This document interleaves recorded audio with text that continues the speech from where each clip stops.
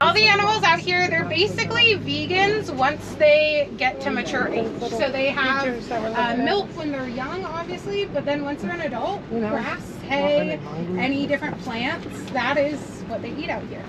We do have animals that are carnivores in the park, but for safety reasons, we don't go in with. Closest to us on the passenger side, and then under the tree, we have another on the left. These are the largest antelope species. They're called Patterson's eland.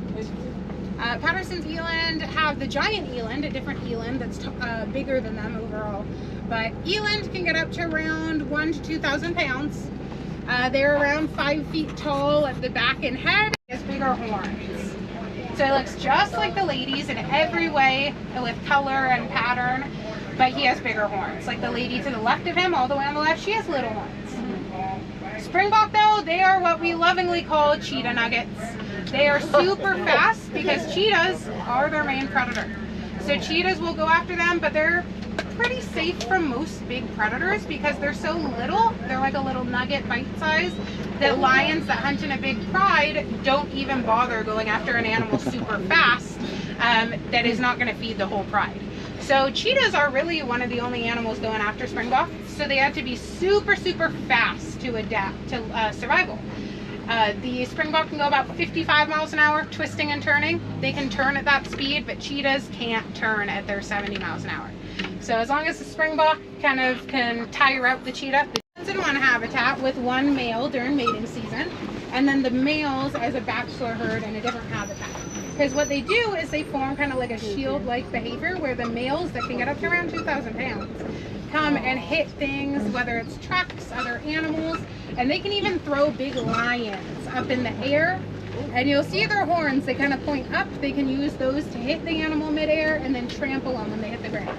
So these animals are tough. They look like cute cows, but they are pretty fierce. They have a trait that you rarely see in the wild, especially called altruism. You'll see it with humans, you'll see it with elephants.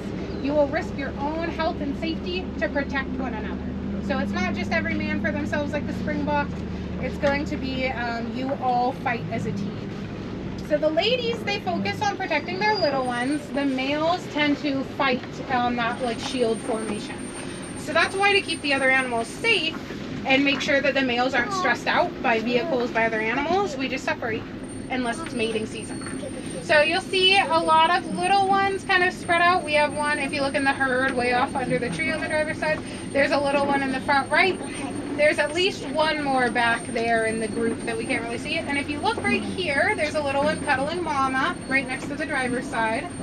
And there's also another little one up ahead. But we have 5 babies currently that are about 2 to 5 months old. And the trucks don't bother them coming through? These are sable antelope, South African sable. You'll notice they're that gorgeous kind of browny orange color, and when they're young they start out more orange because orange actually blends in on the savanna. If you think about like how dogs or cats see, if you've ever seen, like they don't see the same colors we do. They see a lot more blue and yellow, and then colors like black and white, which is why the Cape Buffalo also stands out more. They don't see things like red and green. So a sense of humor. Giraffe necks are very long, right? But they're not long enough to reach the ground. Their necks are just as long as their legs. So when you add in the few feet of their chest height, chest plus legs is now longer than neck. So it can't pass over into the ground without shortening the distance. Oh, hang on, it's gonna get a little bumpy here. We're gonna cross our little Nile River. This is our big boy. This is Guan, our handsome man. He just turned 10 years old this summer, so he is fully grown. He's been fully grown for a few years. And he, just like the other giraffe, are these subspecies Maasai. Yeah, I've gotten good with balance. You're good. So Maasai giraffe, darkest giraffe subspecies, also largest giraffe subspecies.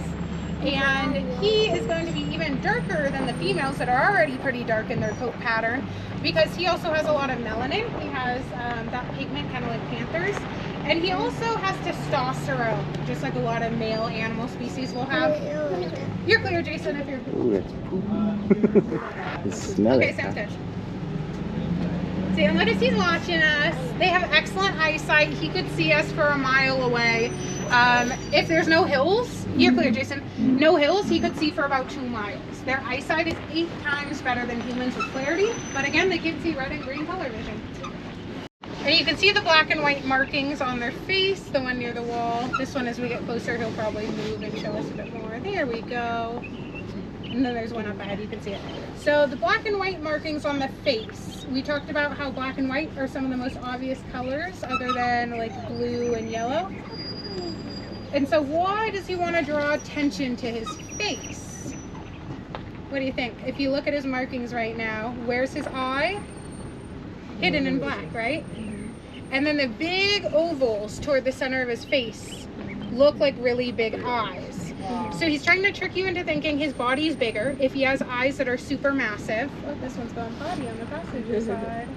And then if they have eyes that are more toward the center of the face instead of toward the side, they're also creating an illusion and tricking you into thinking they are a predator. Predators have, he's like, hey, he's like, you caught me. Predators have forward-facing eyes. If you think of lions, cheetahs, even humans, hunters, they have eyes that face forward, eyes in front, meant to hunt. But every animal out here that we've seen that eats plants, eyes on the side. They look for predators, they're meant to hide. So these are also the southern white rhinos. They look just like our boys, but they are girls. Very, very similar anatomy externally. So we have Alice and Hazina here. They look very similar, the two of them. Again, she's 5.5 feet tall. Hi, Hazina. Okay. The other Alice. Hazina, you are naughty. Oh, my boy. gosh, she's really blonde. Okay, I'm gonna make a little noise here with you. Hello, Hazina. Hello. Hazina, right here.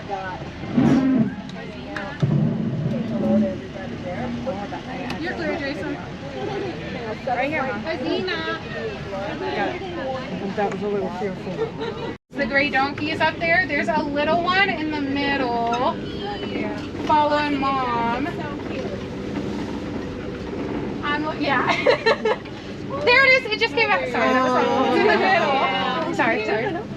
Okay, it's walking over toward the left to the two over there. But it's little. You'll see it. It's now hiding behind that one spot. It stays really close. There it is in the middle, walking to the right. It was born within the month. So, I think like 2 weeks ago. So that's our newest baby. In there at least. Out here in the field, it would be the Cape Buffalo babies that we saw. So they're big, but they're still slightly smaller than the others.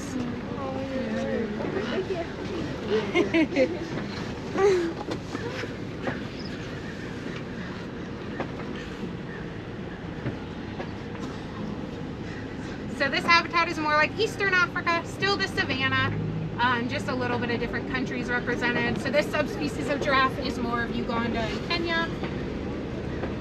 We have the male Cape Buffalo boys out here somewhere. So that's how we separate the ladies from the males to prevent them hitting the trucks, the other animals.